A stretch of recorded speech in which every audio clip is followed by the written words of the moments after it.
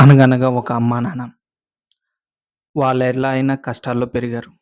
నా బిడ్డకి ఎలాంటి కష్టం కలగకూడదని పుట్టిన కొడుకుని చాలా గారాబంగా పెంచారు. వాడు ఏది అడిగితే అది, ఏది నచ్చితే అది. ఏడిస్తే మాత్రం ఏదో ఒకటి కొనివ్వాల్సిందే. ఎంతో కొంత డబ్బులు ఇవ్వాల్సిందే. నీకు నచ్చింది కొనుక్కో అని. ఇలా వాడు పెరుగుతూ, పెరుగుతూ పెద్దయ్యాడు. ఒకసారి వాళ్ళ చుట్టాలు ఒకాయన చనిపోయాడు. వీళ్ళు కూడా వెళ్లారు. అక్కడ పోయిన తర్వాత వాళ్ళ ఆవిడ ఎవరైతే చనిపోయి ఉంటారో వాళ్ళ ఆవిడ ఏడుస్తూ ఉంది. వీడెళ్ళేసి, "ఇవిగో డబ్బులు. నీకు నచ్చినవి కొనుక్కో. ఏడవకు" అన్నాడు. దానికి అర్థమేంటి?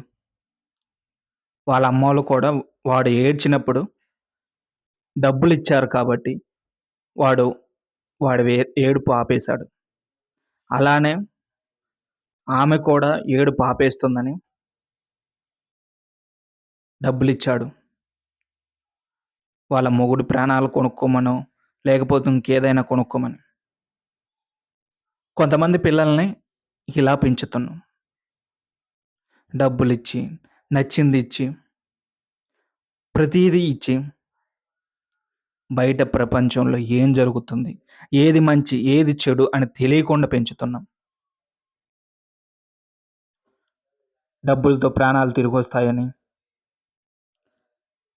తిరిగొస్తాయి, కొనుక్కోవచ్చని వాళ్ళకి తెలీదు. డబ్బుతో ఏదైనా కొనొచ్చని వాళ్ళకి తెలుస్తుంది. వాళ్ళకదే అర్థమవుతుంది. ఎప్పుడు డబ్బులే కాదు. అప్పుడప్పుడు ప్రేమలు, ఆప్యాయతలు, కొన్ని కష్టాలు కూడా పెట్టాలి.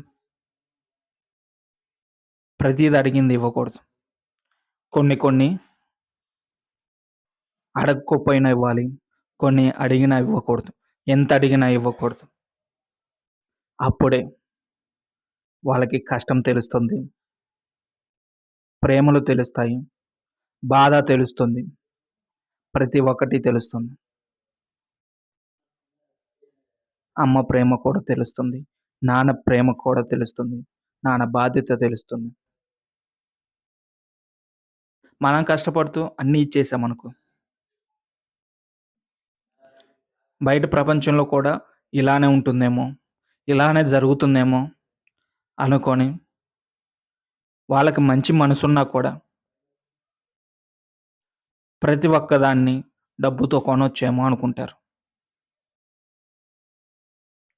మనం అలా చేయకూడదు. మనం అలా చేస్తున్నాం కాబట్టే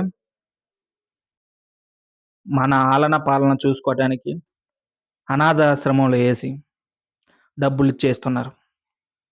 ఎందుకంటే మీరు నా చిన్నప్పుడు ఇలానే చేశారు కదా! డబ్బులిస్తే నాకు ఆనందం వచ్చింది. నా ఏడుపు పోయింది. ఇప్పుడు కూడా నేను అదే చేస్తున్నా. డబ్బులిస్తున్నా. మీకు ఆనందం ఎందుకు రాదు? మీకు ఏడుపు ఎందుకొస్తది? అని ఎదురు ప్రశ్నిస్తున్నారు.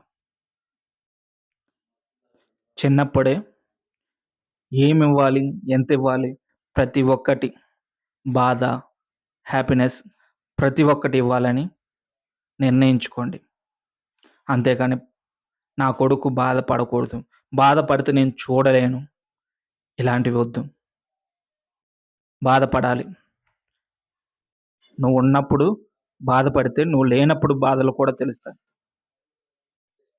నువ్వున్నప్పుడు బాధ పెడకపోతే నువ్వు లేనప్పుడు చిన్న బాధ కలిగిన జీవితాన్ని చాలా ఇంపాక్ట్ చేస్తుంది. సో, ప్రతి ఒక్కటి నేర్పించు.